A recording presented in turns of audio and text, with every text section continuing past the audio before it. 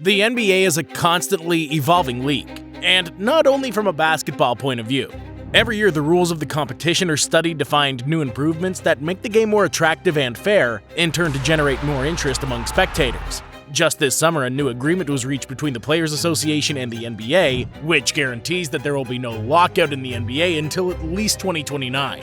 This new agreement deal, however, will bring with it a number of changes to the league that'll be present starting this coming season. Changes that, in one way or another, will change the league forever.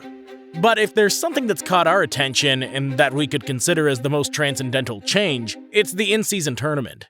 This competition, based on the idea of the domestic cups of national soccer leagues, such as the Premier League or La Liga, will have a new winner annually. A tournament that at first had many doubters, being widely debated on social networks, but in the end has gained positive reviews as fans have been understanding how it's going to work. Many initial complaints were related to the fact that the players themselves would not have much interest in this tournament, something we've been observing for a long time in events like the All-Star Game. But to address this, the league's offered a $500,000 compensation to each player member of the team that wins the tournament, as well as smaller figures to other teams reaching later stages of the tournament. A figure that in total will exceed $7 million for the winning team. And that may not be too much of an incentive for stars already earning a maximum salary. However, bench players who make less money annually will have the option of adding a good amount of money to their income, and Adam Silver hopes that they'll be able to spread the enthusiasm to the rest of the team. Other complaints have had to do with the physical recovery of players. As we know, the NBA regular season schedule is demanding enough on its own, and many people are in favor of even shortening the season. However, this new tournament will not add any games during the season for 28 of the league's 30 teams. Only the 2 teams that make it to the finals will have to play an extra 83rd game. This is because the NBA's divided the league into 6 groups of 5 teams. These groups contain teams from the same conference, but do not have to be from the same division, and the schedule's adapted to the games of these teams during the regular season. The qualifying games for the tournament will always be played on Tuesdays and Fridays in November, playing 2 home games and 2 away games. And during this first edition, the division of the franchises into different groups has resulted as follows. Then the knockout rounds will take place from the quarterfinals onwards in a single match, also adapted to the regular season schedule, with the only difference that the Final Four will be played in Las Vegas. The winner of this edition will have the prestige of becoming the first winner of the in-season tournament in NBA history. Only time will tell how important this event will become over the course of the seasons, but in the world of soccer, these types of tournaments have gained a great reputation over the decades. An innovative idea that can add depth to a league that, until now, had only 1 winner and 29 losers. But this is far from the only implication of the new CBA contract. Franchise general managers are going to have a lot of trouble adapting their teams to new league requirements. Basically, and to sum it up a lot, the NBA's trying to punish the teams that spend the most on luxury taxes each season by redefining a second apron. These restrictions will hurt teams that are spending past the original luxury tax cap, hindering their operations and ensuring that the sum of players' salaries will be decreasing until they fall back below the second luxury tax cap. For starters, the league's established a new, even more restrictive luxury tax salary cap, commonly referred to as the second apron, set at $182 million this season. That's on top of the fact that franchises already must pay up to approximately $5 for every dollar they spend over the luxury cap, depending on how much they're over. A harmless $4 million per season contract renewal, that's a little over a minimum salary, translates into more than $20 million in extra tax for the franchise owner. A team like the Golden State Warriors, who have an actual payroll of about $207 million this year, will be spending an additional $188 million in luxury tax payment. But this is just one of the first changes in the CBA's modus operandi.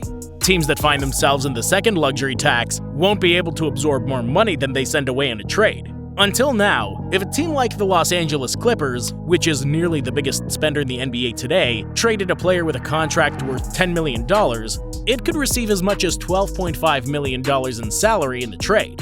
Or what amounts to be the same thing, an extra 25% of the amount of money they sent. With the new CBA rules, the Clippers could only receive another $10 million in salary, an amount equal to the amount they sent, since they're over the second apron. A change that seems insignificant, but is going to greatly complicate trade scenarios for teams in financial trouble. In addition, teams in either of the luxury tax aprons will lose rights during free agency. Obviously, players can only sign for the amount of money teams have under the salary cap, since they have cap room. However, there have always been a number of exceptions that allow players to sign with teams over the cap. The most important is the mid-level exception, which allows a player to sign for approximately 10% of the total salary margin. This exception will become smaller for teams in the first tax apron and disappear completely for teams in the second tax apron, making it more difficult to surround superstar franchises with talent. The fact could be translated as an attempt to maintain balance among team owners, as some are willing to invest larger or smaller amounts of money depending on the franchise.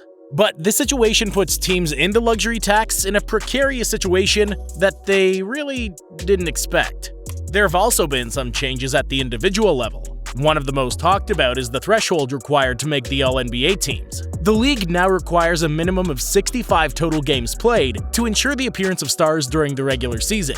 The All-NBA teams will be completely positionless, being able to be composed of up to 5 players of the same position, losing the traditional notion that the team must be compatible. This arbitrary threshold will soon cause problems, as it's a matter of time before a superstar has an incredible season playing, for example 63 games, which would leave him out of the possible election.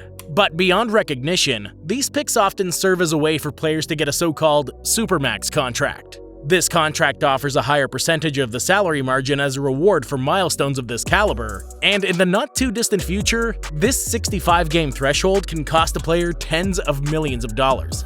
Other individual changes affecting players have to do with off-court issues. One example is the legalization of marijuana use. Until now, although the league showed some permission, players could not openly smoke. All that changes completely in the new CBA, in which players will also be able to receive endorsement deals from fantasy sports or sports betting. This market moves a large amount of money on many platforms today, and now players will be able to participate in such sponsorships. These two changes allow players to have more freedom and better labor rights, which undoubtedly brought the bargaining positions closer. On the purely basketball side, we also have a number of changes that'll help the flow of the game. These changes that have just been confirmed add 2 rules that directly affect refereeing and that have been voted on over the month of July. The first has to do with challenges. This resource allows coaches to review the referee's decision on a particular play. In recent years, coaches had only one challenge for the entire game, so the usual practice was to save it for the last minutes of the game when referee decisions are more important. However, on many occasions, coaches were afraid to use the challenge in the early stages of the game, even if it was clear to them that it would be satisfactory. Thus, the NBA would grant a second challenge if the team's first challenge is successful. The second has to do with flopping. Since this Summer League 2023, any intentional flopping has been punished with a technical foul. The league's trend in this regard has been increasing, so the NBA, just like when it changed the rules regarding fouls in 2021, has taken action. A penalty that will serve as a way to try to prevent this type of practice, but at the same time, may slow the game down even more. This agreement of the league with the Players Association has been very surprising, as the measures stipulated are going to change the league in an immediate way. But even so, the most striking changes could come as early as 2025 through an expansion draft. Adam Silver's expressed on several occasions the enormous interest of the cities of Seattle and Las Vegas to land an NBA franchise. However, the league cannot expand until the end of the current TV contract, so this decision will not take place before the summer of 2024. A move that most fans of the league are anxiously awaiting, and one that would bring a franchise back to a city that loves basketball. Because, in the end, the NBA is a fans' league. Every step Adam Silver and his team take is aimed at increasing the popularity and appeal of a sport that continues to grow by leaps and bounds, and whose reach is more globalized than ever. But just as in life, all experiments have a chance to succeed or fail. And only time will tell if the NBA's made the right decisions.